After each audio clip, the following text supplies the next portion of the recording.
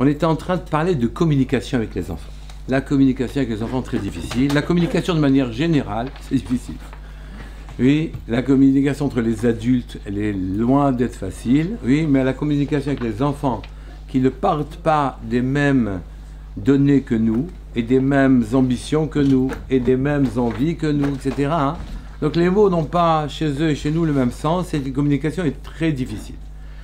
Et qu'on doit se rapprocher de son enfant. Je vais vous laisser lancer quelques leads et vous poserez des questions à ce moment-là. On doit se rapprocher de son enfant. Vous savez, je me suis aperçu à plusieurs reprises, oui, qu'il y a quelque chose de terrible qui se passe entre les parents et les enfants, c'est le vide. Le vide.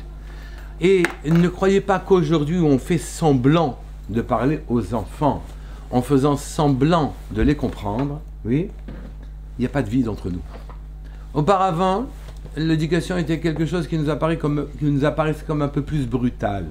Et on comprend que la communication était plus difficile. Mais aujourd'hui, où la communication est semble-t-il plus fluide, j'ai peur d'un faux semblant. Et que le vide y soit le même, et peut-être pire, que celui qu'il y avait auparavant. Parce que quand un gosse il prenait une claque, au moins il y avait un contact entre le père et l'enfant, ou la mère et l'enfant, où il sentait que la personne était intéressée à son cas. Ou aujourd'hui, où on parle, on comprend, etc., l'enfant ne sent pas, oui, qu'on le comprenne. Le vide s'installe, un vide vrai. L'enfant a besoin qu'on le découvre. Il a besoin qu'on se pose la question de qui il est. Il a besoin de sentir qu'on est pour lui, pour de vrai. Pas qu'on fait le présent et qu'on soit absent. Donc cette fausse communication qu'on s'installe aujourd'hui a quelque chose de débilitant, de grave, oui. Ça ne vous empêche pas aujourd'hui, si vous êtes gentil avec les enfants et que vous n'êtes pas brutal, ça ne vous empêche pas de se pencher sur leurs problèmes et de trouver vraiment sa femme est chutée faite, une langue commune avec elle, d'accord? Faire semblant d'écouter, avoir la tête ailleurs, ou bien être indifférent à ce qu'un enfant pense, finalement c'est peut-être pire que la brutalité qu'il y avait dans l'éducation auparavant, d'accord? Il faut qu'ils sentent, oui, qu'ils sentent qu'on s'intéresse à eux pour de vrai. Oui, ce n'est pas facile. Oui, ils sentent aussi qu'on a un objectif. Et là, il y a le drame. Ils sentent qu'on veut de eux quelque chose. Et à partir du moment où on sent que quelqu'un veut de nous quelque chose, on a du mal à l'écouter. Chez les adultes, tout le monde comprend que c'est un ensemble qui s'organise. Et encore, la plupart des adultes aujourd'hui sont comme des enfants. Dès qu'ils sentent que l'autre a un intérêt, ils ne comprennent pas qu'eux aussi ils en ont un. Oui, et donc ils réagissent très bêtement dans ces situations-là. Mais l'enfant, lui, il sent que le parent a un intérêt. Il n'identifie pas l'intérêt du parent comme étant le sien propre. Il ne l'identifie pas comme ça. L'effort que l'on doit faire aujourd'hui est un effort très important. Parce que ce contact, c'est quasiment ça qui sauve l'enfant. L'enfant, à un moment, il est libre, il fait ce qu'il veut. Yosef est descendu en Égypte. Il a été sauvé de l'ours Potiphar que parce qu'il a vu l'image de son père. Si un enfant s'en fiche de ses parents parce que ses parents, au fond, s'en fichent de l'enfant, et qui, même s'ils sont gentils avec lui, apparemment, en le comblant de bienfaits ou de cadeaux, ou en le parlant gentiment, le fond, c'est qu'ils s'en fichent, eh bien l'image du père en question, elle n'aura pas l'effet qu'elle devrait, que l'image de Yaakov a eu sur Yosef, d'accord? Alors, on va tâtonner, on ne sait pas qui est l'enfant. En tout cas, on va éviter quelques erreurs. Première règle, vous encouragez. Deuxième règle, vous encouragez. Troisième règle, vous encouragez. Oui, inutile de foncer dans les défauts. Vous êtes dans un binyan, dans une construction. À partir du moment où vous êtes dans une construction, vous ne demandez pas qu'est-ce que vous n'avez pas. Vous demandez qu'est-ce que vous faites avec ce que vous avez. C'est comme ça que ça marche, oui.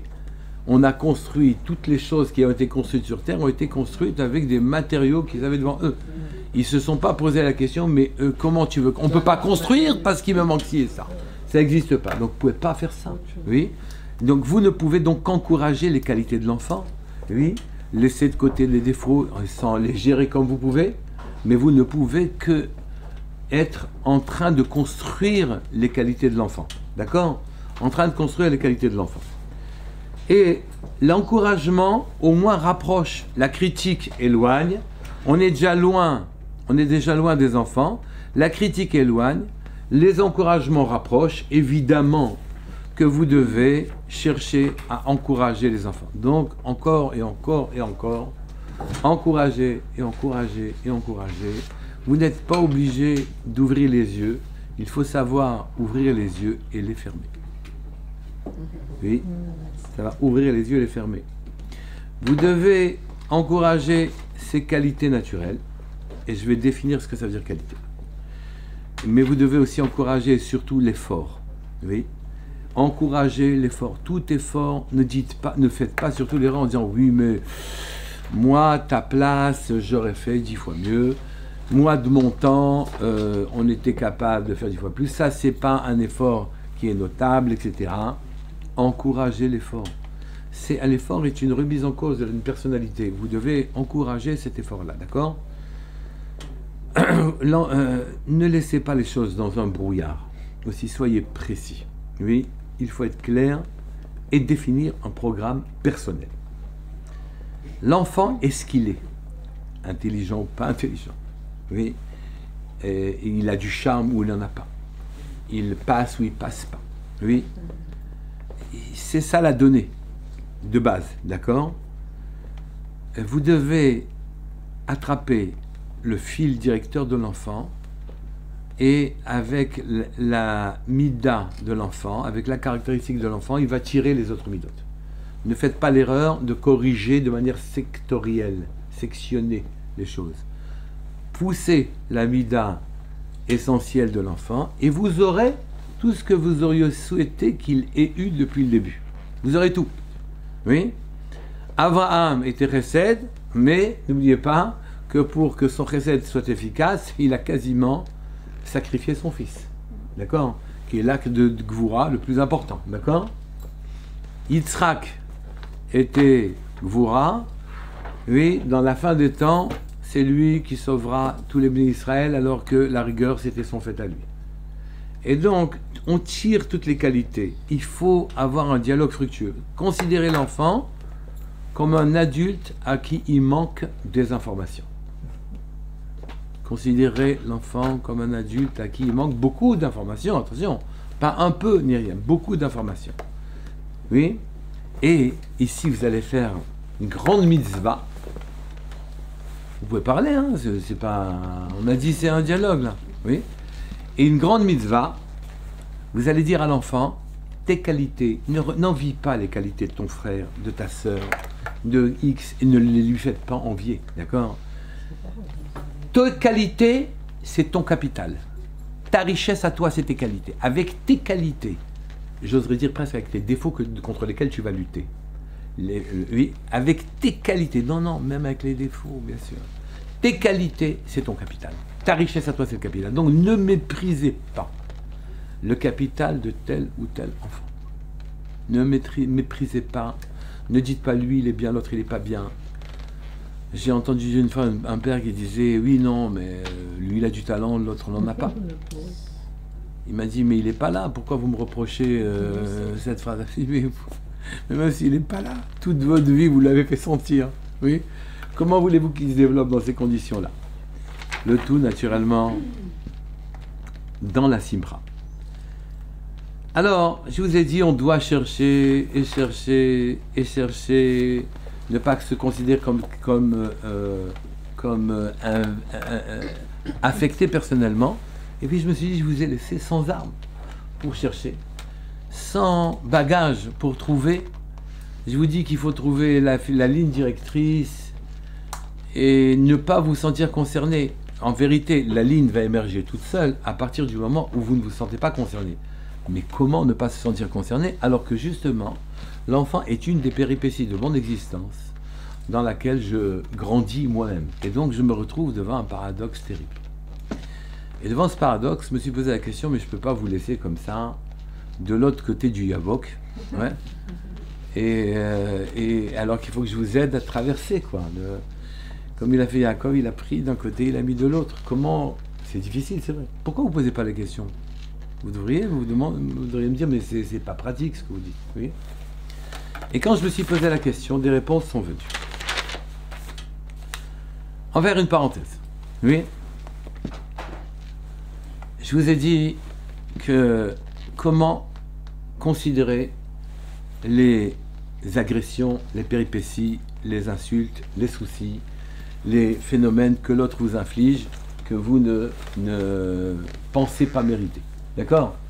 Et qui déclenchent votre colère, voire d'autres insultes, etc. Ceci est valable naturellement pour les adultes comme pour les enfants. D'accord? C'est que on ne comprend pas qu'en vérité l'autre n'est pour moi qu'une occasion de me révéler mes défauts. En vérité, on dit il m'a crié ou il m'a insulté. Oui, il m'a mal parlé, il ne m'a pas respecté. Oui, et là est le grand tort. Où est le tort? Où est le tort? Hein? Oui, m'a. Il a seulement insulté, crié, etc. Il m'a fait une otite. Et donc, Tout le temps. oui, et donc c'est le me. Oui. En vérité, il appuie sur vos plaies personnelles. C'est vous qui réagissez. Lui, il crie, pas il me crie. Il insulte, pas il m'insulte. Moi, je me considère comme insulté. Ça appuie sur ma plaie personnelle. Comme je suis orgueilleux, fat, infatué de ma personne. Oui, comme je suis... Mais s'il dit papa, t'es papa, maman, t'es ça, Oh, t'es vous ça. savez quoi, simplifiez, faites semblant que c'est un adulte qui vous parle maintenant. Enfin, plus simple. Oui. Donc, comme moi, il appuie sur mes plaies, oui, sur mon orgueil, sur le sentiment que j'ai d'être brimé, etc. En vérité, l'autre n'est qu'un miroir. C'est tout. Non, il est cassé. Oui, mais c'est ça le problème. C'est ma réaction. L'autre, vous n'avez même pas à lui en vouloir. Vous en foutez de l'autre. Au bout du compte, il n'a pas à lui en vouloir. Il y a à vous en vouloir à vous. Pourquoi vous avez ce défaut-là? Pourquoi vous êtes atteint? Pourquoi vous êtes touché s'il n'y avait pas de plaie? Pourquoi ça fait mal? Et en vérité, on vous offre très gentiment, dans cette péripétie-là, oui, l'occasion de vous corriger. Pas de le corriger. Si l'autre veut se corriger, qu'il se corrige. Il ne veut pas se corriger sur son problème. Oui, l'enfant, c'est plus complexe, d'accord? Mais en attendant, ne prenez pas pour vous. Demandez-vous, tiens, il m'a insulté, moi ça m'a touché. Pourquoi ça m'a touché? Pourquoi ça m'a touché? Qu'est-ce qui se passe? Oui. Alors j'ai envie de neutraliser son insulte en disant non, c'est comme un chien ou un taureau qui aboie dans la rue. Enfin, le taureau il aboie pas naturellement, mais le chien il aboie et qui aboie dans la rue, ça me touche pas trop, quoi. Je me sens pas affecté par le fait qu'il me crie, le chien, d'accord? Mais je ne devrais pas neutraliser. Je devrais me dire, si c'est un homme qui, quand il me crie, moi, oui, si je ressens que je suis criable, c'est qu'en vérité, je me juge comme susceptible. Soit je suis une victime, comment tu te rends compte que, est-il possible que, j'en ai marre, ça me tombe toujours dessus, etc. C'est toujours sur moi que ça tombe, etc. Soit je suis une victime, soit je suis un juge. Ah ouais, j'en loupe pas une. Alors là, je suis pas capable, j'arrive pas à m'en sortir, et donc j'en loupe pas une systématiquement. Quand je commence comme ça finit comme ça, etc. Je suis juge de moi-même, victime de moi-même. En vérité, l'autre est là comme un miroir pour que moi je corrige mes défauts. Je ne devrais pas ressentir. C'est-à-dire, en vérité, j'encaisse l'insulte et à ce moment-là, je me demande, est-ce qu'elle va me toucher ou non? Et si elle me touche, je me demande pourquoi elle me touche. Et si je me demande pourquoi elle me touche, je dois annuler le défaut, la plaie, par laquelle je suis... Attention, je ne peux pas accepter non plus l'insulte. C'est pas ça que je dis. Je dis que l'insulte est une occasion pour moi de penser mes plaies, de voir où je suis blessé. C'est comme quand vous versez de l'alcool, oui. Vous versez de l'alcool sur un bras. Il n'y a que l'endroit où vous êtes blessé que l'alcool fait mal. L'endroit où vous n'êtes pas blessé, l'alcool ne vous touche pas. Et bien de la même manière, c'est que là où vous avez des plaies, vous êtes touché. Naturellement, vous devrez vous débarrasser de l'insulte en question. Oui, il faudra que vous trouviez le moyen d'expulser cette insulte, quoi, de sortir ce problème-là. Mais l'autre n'est pas le problème, c'est vous le problème. C'est vous le problème, c'est nous le problème. de manière générale. Oui, mais la question à se poser quand l'autre nous agresse, c'est qu'est-ce que j'ai fait moi pour qu'il m'agresse? Ah, ça y est, juge, c'est fini. Agresse ou gratifie, c'est la même chose. Oui, oui. Non, mais- Deux sens. Il y a une action, c'est pas seulement Non, il y a non. une action de ma part pour qu'il m'agresse. Non, non, C'est il y celle-là. a deux dimensions. Je parle de la première dimension. La première dimension, c'est pourquoi je ressens ça comme une agression. Évidemment que je ne parle pas d'une agression Si physique. agressif, Je c'est parle pas d'une agression physique. faire quelque chose C'est qui pourquoi je ressens m'agresse. mon agression. Il m'agresse. À la limite. Qu'est-ce que ça peut me faire? Ça, Oui. ça, il faut corriger. Maintenant, je dois me corriger à moi. Deuxièmement, naturellement, je dois répondre à la réponse. Mais à ce moment-là, j'aurai une réponse à l'agression. J'aurai une réponse Plus Détaché. mesurée, intelligente. Oui. Intelligente. Oui, de manière générale. Et toutes les sollicitations de l'existence, on devrait penser l'image. Quand je verse de l'alcool, c'est que là où j'ai des plaies que ça fait mal. Là, vous parlez donc même pour les enfants, Dans Bah tous oui, les moi cas. aussi. parce que le problème de l'enfant, c'est que... Il m'a mal parlé. Voilà. Il m'a mal parlé. Eh ben moi, de mon temps, mon père, il m'a donné une claque. Oui, mais je me sens touché, je me sens vexé. Comment l'enfant il peut me parler mal à moi? C'est ça le problème. Donc je dois, moi, revoir déjà ma vision des choses. Et corriger ensuite. Non, Et mais après, je corrige l'enfant. Voilà, c'est ça. On est Après, je d'accord. corrige. Mais si jamais j'ai des réactions rapides, j'ai des réactions de... Je ne me corrige pas. Non, mais c'était d'accord. Oui, et je ne peux pas corriger l'enfant. Bien sûr. Parce que l'enfant sentira que c'est ma plaie qui lui répond. C'est pas moi qui l'éduque. Et donc vous allez avoir des effets pervers invraisemblables. Tout ça, tout ce jeu de fonctionnement, tout le monde, toutes les femmes le connaissent. Oui. Quand elles culpabilisent le mari parce qu'il n'a pas fait ci, il n'a pas fait ça, etc. Le mari se juge, oui, et il dit bon, ah oui c'est vrai, vraiment c'est pas bien et tout ça. Oui, et puis vous pouvez travailler dans toutes les directions. Vous pouvez travailler sur les plaies, vous pouvez travailler sur les jugements, victimes. Ah mon pauvre ami, ça t'a fait très très mal. Du coup il avait pas mal, là il comprend qu'il doit avoir mal. Oui. Ou bien c'était magnifique quand tu as fait ça. Là il pensait que c'était pas bien, ben là il sait que c'est bien. Et demain, et vous comprenez, ces manipulations ne peuvent pas continuer. Ne pas faire ça. Vous devez, vous, essayer tranquillement d'éduquer votre environnement. Votre environnement, vous devez avoir un détachement vis-à-vis de lui. Faites-vous respecter. Ne manipulez pas. Faites-vous respecter. Qu'on vous respecte. Oui, l'enfant doit vous respecter. Mais pour qu'il vous respecte, il faut que vous respectiez. Vous demandez pourquoi je suis touché, pourquoi mes plaies sont hurlantes, pourquoi l'alcool et le brûle pourquoi ça me fait mal. Et à ce moment-là, vous pouvez résister à une agression d'un adulte et à une agression d'un enfant. Oui. J'ai d'abord commencé par vous parler de la différence qu'on peut avoir à l'égard d'un enfant. Je me suis comporté correctement, je lui achète tout ce qu'il a besoin, je lui parle gentiment, je ne brusque pas, et je le défends quand il est agressé à l'école par les enfants et quand il est agressé à l'école par les professeurs. Oui. Résultat, vous allez voir un voyou qui va sortir de ce truc-là, vous ne savez pas ce qui va se passer demain. Oui. Alors qu'il faut vraiment régler les problèmes. Régler les problèmes. Mais pour régler les problèmes, si jamais vous-même vous êtes affecté par le fait qu'il se soit fait crier par le professeur, vous ne pouvez pas régler les problèmes. Peut-être que vous avez raison, peut-être que vous avez tort. Mais faire attention à ces choses-là. D'une manière générale, la communication est quelque chose où on fait passer par un canal inadéquat des choses qui n'ont pas à passer. Ça, c'est la première.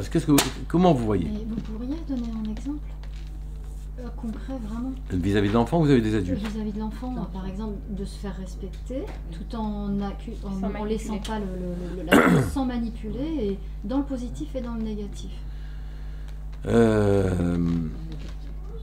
Dans le négatif, je vais donner un exemple. Je voulais donner l'impression à ma belle-mère que je maîtrisais toute la situation. Et finalement, la gosse n'est pas propre. Elle renverse tout devant moi et j'ai l'impression de n'avoir aucune maîtrise de situation. Alors ça, Je c'est me plus, retourne sur la gosse. Ça, c'est plus une bêtise de l'enfant et ça, vis-à-vis de nous, ça c'est un truc facile. Mais non, mais non, mais non. Moi j'ai besoin. Le drame est que j'ai besoin de l'avis de ma belle-mère. Oui, j'ai compris, mais si... Et est-ce que j'en ai besoin sous cette forme-là? Oui, d'accord, mais Alors, plus si si l'enfant il nous incommode au niveau de sa manière de répondre ou de parler. Voilà, même s'il n'y a personne, il n'y a pas de spectateur. Il n'y a pas de spectateur, il n'y a personne. Alors à ce moment-là, je me pose la question, qu'est-ce que veut l'enfant? Il m'agresse, oui. Pourquoi d'abord? Je suis touché. Je neutralise ma blessure et ma plaie. Une fois que j'ai neutralisé ma blessure et ma plaie, je réagis en disant, c'est pas comme ça qu'on fait. Pourquoi tu fais ça? qu'est-ce qu'il en est. J'ai aussi ma manière de voir, ma compréhension. Je comprends moi pourquoi elle fait ça. Je lui demande, lui, à son avis, pourquoi elle fait ça. Il répond pas. Il ment pas. Il passe à côté de la question, passe pas à la question. Vous réglez le problème, indépendamment du fait que ça vous avez été affecté par lui. Son insolence, elle peut pas y avoir de l'insolence pour rien.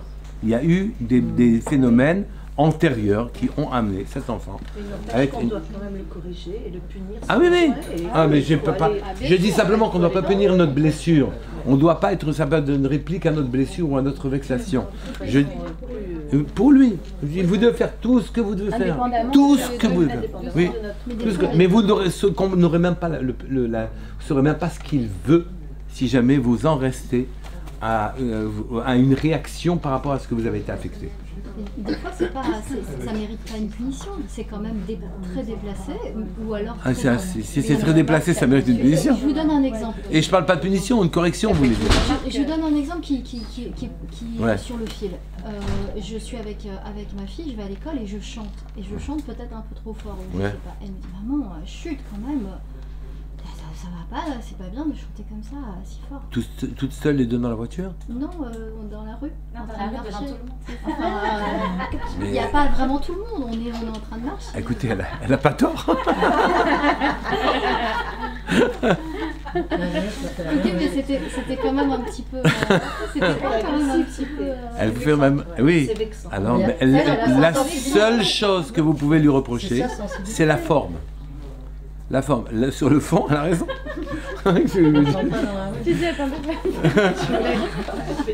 Mais sur le fond, on ne peut pas... Mais la forme...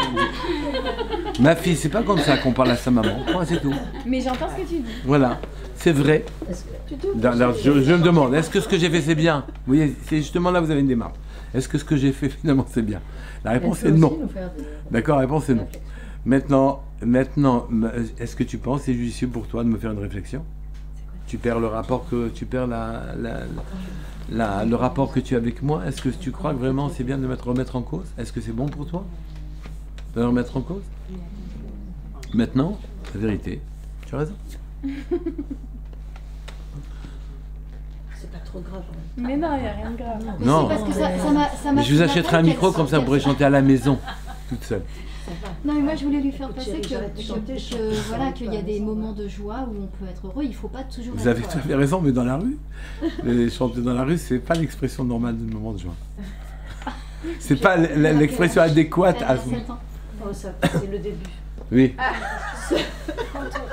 Quand on a une personne en face qui a un problème, donc un adulte qui a un problème et qu'on essaie de le résoudre par des paroles de Torah. La personne, elle est preneuse, Oui. mais de temps en temps, elle en peut plus. Bon, alors c'est normal. Oui, mais d'une part, c'est vexant, et d'autre part, comme on sait qu'elle est preneuse, Il y a une limite. L'eau, c'est bon pour la santé. Je suis pas obligé de boire 15 litres de vin. On ne peut pas forcer à recevoir des Tout doucement. C'est normal. On n'est pas dans quelque chose d'anormal ici. En vérité, vous êtes vexé que, alors que vous lui placez des paroles de Torah tout à fait bien intelligentes et senties, que vous montrez combien vous connaissez de jolies choses, et que la personne en face, elle n'est pas admirative en permanence.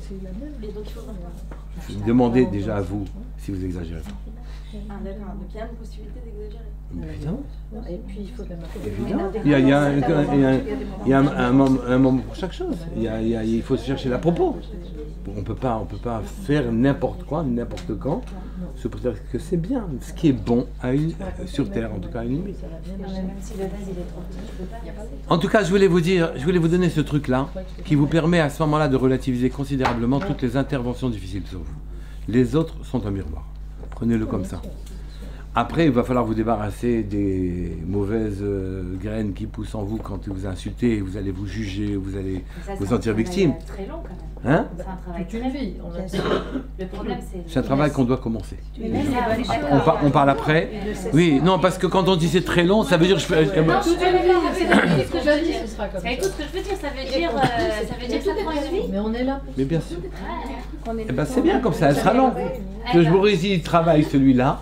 Vous, elle bosse, voilà. Et donc, je vais lui donner le temps de bosser. C'est bien. En tout cas, ce que je voulais vous dire, c'est ça. Relativisez. Les autres ne sont qu'un miroir. Resserrez-vous sur vous. Et ensuite, expulsez les problèmes qui sont les vôtres. Ça vous permettra de regarder les problèmes avec relativité. Ça ne veut pas du tout dire que vous n'interviendrez pas. Ça ne veut pas dire que demain, vous ne mettrez pas la claque qu'il faut mettre sans aucun problème. C'est pas du tout ça. Simplement, elle sera mise à bon escient. Moi, je ne suis pas contre une fessée de temps en temps. Aujourd'hui, on est très contre... Mais en vérité, c'est peut-être une manière de montrer son affection à quelqu'un. Une bonne raclée. Et il comprend qu'il est important pour nous, non? Il y a des enfants qui veulent qu'on s'occupe d'eux. Ouais, mais il y a des adultes qui ont besoin de raclée aussi. Qu'est-ce que vous croyez? Non, mais enfin... Des fois, c'est un réflexe, ça me fait... Non, c'est ça. Il ne faut pas que ça puisse toucher l'électricité. Je l'ai attrapé. Non. On la retire, on se calme, on attend tranquillement. Et après, on ne s'empêche pas de régler une situation. Hein. Les situations, ça se règle. Et ça se règle avec la distance qu'il faut. Mais ça se règle. Adulte ou enfant, vous réglez les situations. Point. C'est tout. Maintenant, vous ne les réglez pas pour vous. Vous réglez parce que vous devez. C'est autre chose. Voilà, je vous avais laissé au milieu du gué en vous disant débrouillez-vous pour savoir quel est comment faire avec l'enfant. Au moins là, je vous ai donné une manière de procéder. Je voulais amener une autre précision. Mais je voulais que vous débattiez, c'est ça le truc. Et là, dans le positif, là, vous avez parlé de la manipulation. Quand on dit quelque chose de positif à l'enfant, on manipule. Si vous pouvez ou manipuler ou ne pas manipuler. Mais très souvent, on sait qu'il veut entendre ça, alors on le lui dit. On culpabilise les personnes en face de nous. Donc on travaille sur le bonhomme qui se juge lui-même. Ou bien il se sent victime. Le pauvre, c'est lui qui est la victime de tout le monde. Hein. Le pauvre, voit ça. Vous travaillez dans ses défauts à lui. Vous travaillez sur les plaies. C'est dommage. C'est dommage. Apprenez-lui à penser ses plaies. Il y a des enfants très turbulents qui n'arrêtent pas. Si la turbulence est un moyen d'expression où il faut faire remarquer quelque chose. Là, il y a deux choses. Il y a naturellement une activité, qu'il est obligé de faire quelque chose, donc on lui donne tranquillement de quoi faire ce qu'il doit faire. Oui. Et vous savez, on se souvient des choses des années avant. J'ai un enfant chez moi qui avait sur un tapis persan d'un très joli docteur, il est en train de verser une bouteille de menthe entière, d'un sirop de menthe. Oh là là. Chaque fois qu'on va chez le docteur, on voit.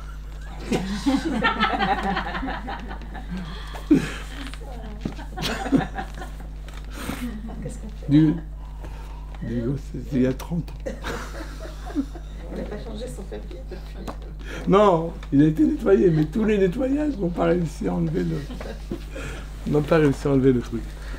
Alors qu'est-ce que vous faites quand vous rentrez à la maison?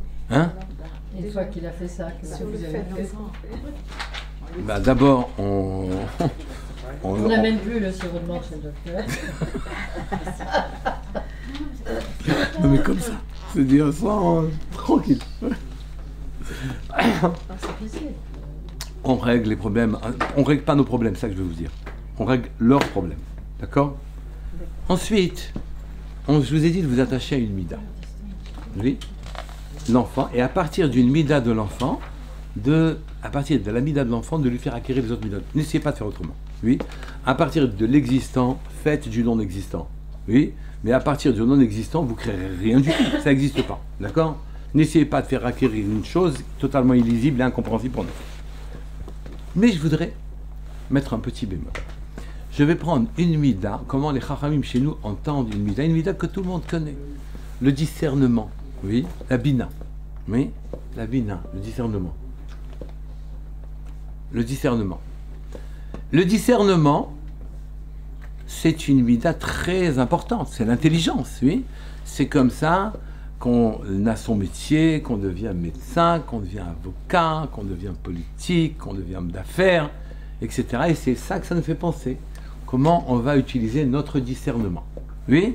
Et donc vous déployez, quand un enfant a cette qualité-là, vous la déployez Oui, en agrandissant, vous êtes émerveillé de ses capacités naturelles à faire des chilukim, à discerner correctement les choses, et qu'il est fort en classe, etc. Vous savez, je vais vous montrer ce que les Chachamim pensent du discernement. Je vous lis, simplement. Rabbi Moshe Cordovero.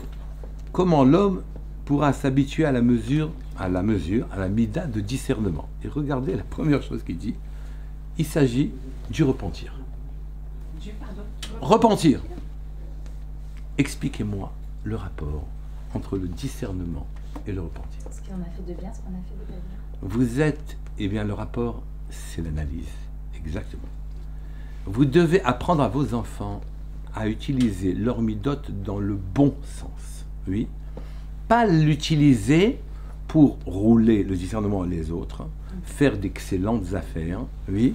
L'utiliser pour aboutir à ses fins comme il le souhaite, oui.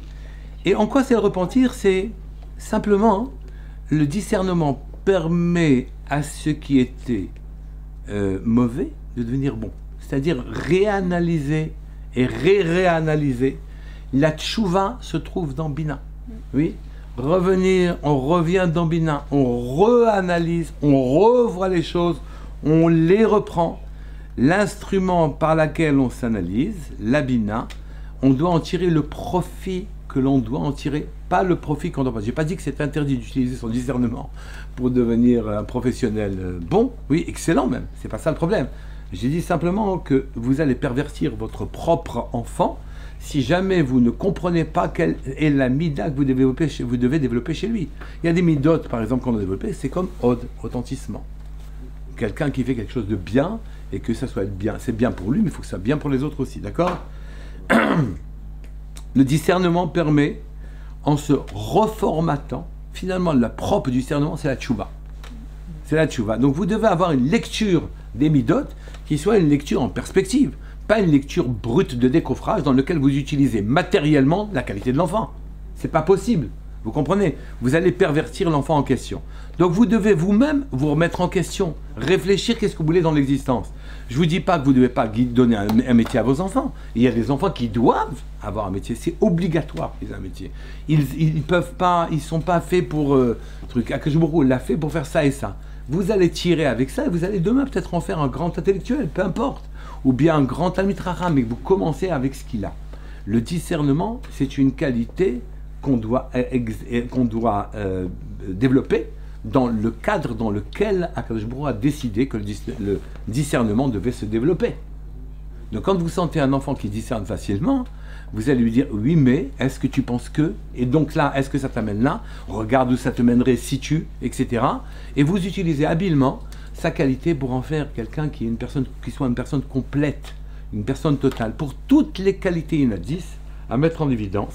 Oui, c'est comme ça. On doit utiliser ça pour réparer les choses jusqu'au moindre dommage. Utiliser son aptitude à analyser, à discerner, à fragmenter, pour dire, mais regarde, ici, est-ce que tu penses que c'est un dommage acceptable, ça? Mais il dit, comment tu veux que je fasse autrement? Peut-être aurions-nous fait... Réfléchis toi-même. Et vous utilisez ainsi les qualités de l'enfant, d'accord? Et naturellement, le discernement est loin de la colère. Le discernement est voisin de la colère. Mais c'est comme ça que c'est, évidemment. Apprenez-lui à ce moment-là, en disant que l'autre s'est mis en colère parce qu'il n'a pas compris la nuance que tu exprimais. Et voilà, ici, vous avez, à partir d'une mida, les moyens de développer correctement les choses, d'accord? Et vous calmez la colère. La bina, qui est l'utilisation de la chokhma de manière intelligente, c'est l'intelligence, discernement. Le keli qui permet d'utiliser la matière originelle, créatrice de l'univers, oui, de pouvoir la malaxer et l'amener là où elle doit être amenée, c'est quasiment la tchouva. La tchouva, c'est je réfléchis, je revois sans arrêt. Une sollicitation qui m'étonne, désagréable, ne m'empêche pas de revoir la totalité de la situation. Vous revoyez sans arrêt toutes les situations. Et donc, c'est ça qui permet de se bonifier. Voilà comment, alors regardez, donc ici, il y avait deux éléments bien précis.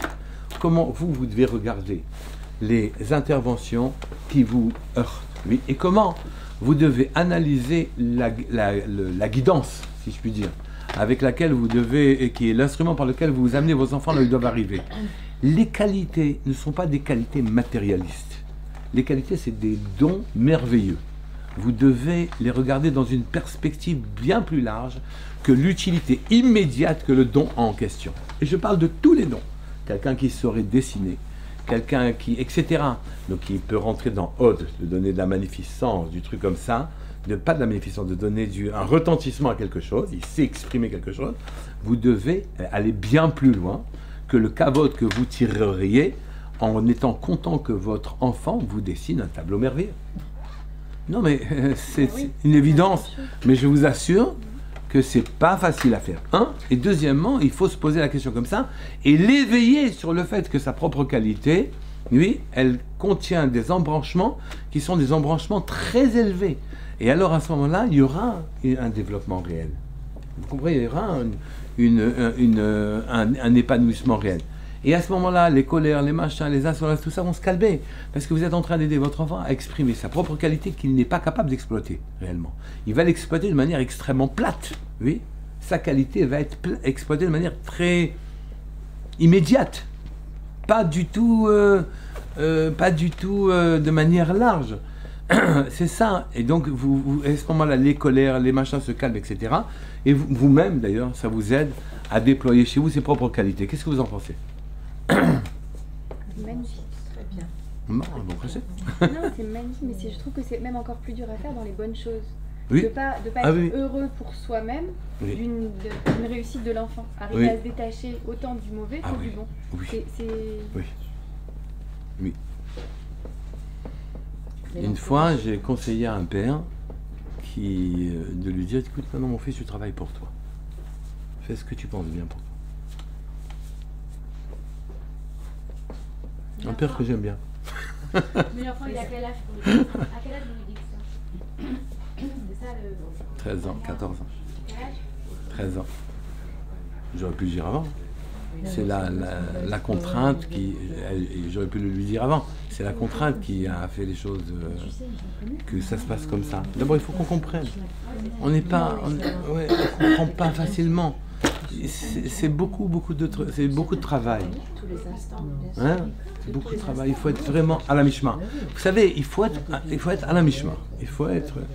J'ai pas dit qu'on réussit tout le temps, mais il faut être en train de guetter. De scruter. Ouais, scruter. Est-ce que vous avez un ouvrage où on voit toutes les midotes et comment on peut les orienter? Parce que moi, je trouve que c'est dur de repérer les midotes quand les enfants sont petits. Vous avez une aide du ciel. Si vous vous comportez correctement, vous avez toutes les idées qui vous viennent. Si je vous donne une règle maintenant, vous savez, la règle c'est quoi? C'est simplement de prendre les choses comme il faut. Et à ce moment-là, les situations qui émergent sont bonnes pour vous, parce que ça vous corrige, et seront bonnes pour lui, parce qu'à ce moment-là, vous aurez une lisibilité de la personne qui est en face, de l'enfant qui est en face. Et une lisibilité correcte. Mais pour ça, il faut être décontracté. Il faut... Par exemple, vous parlez de la bina, décerner la bina comme Nida. Ah non, mais ça c'est la plus facile. Vous voyez le gosse qui vous dit non, c'est pas exactement ça, parce que sinon, là ça s'exprime directement. Il faut avoir un certain âge, un enfant à 4 ans, il va pas forcément... C'est une structure de pensée après. C'est une structure, vous voyez très bien comment elle réalise.